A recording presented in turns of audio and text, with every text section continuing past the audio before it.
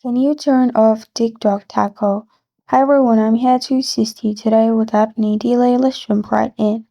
If you open TikTok and click on profile at the bottom right, first, what is TikTok Taco? It can help you with different questions. It will answer you as you ask and it will pop up in your feed and you can simply chat with the AI.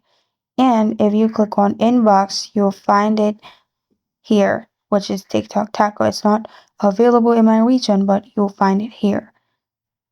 There is no one way to turn it off.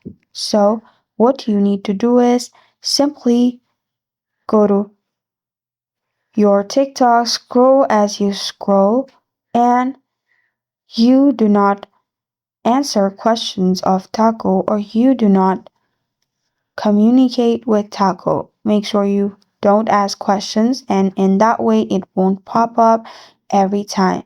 So, that is only the one way to simply ignore Tako. You just need to ignore Tako. For now, there is no one way to disable, turn it off, or remove TikTok Tako. And can you turn off TikTok Taco? And the answer is no. Thank you for joining me today. If this video helps you out, please leave a like and subscribe for more.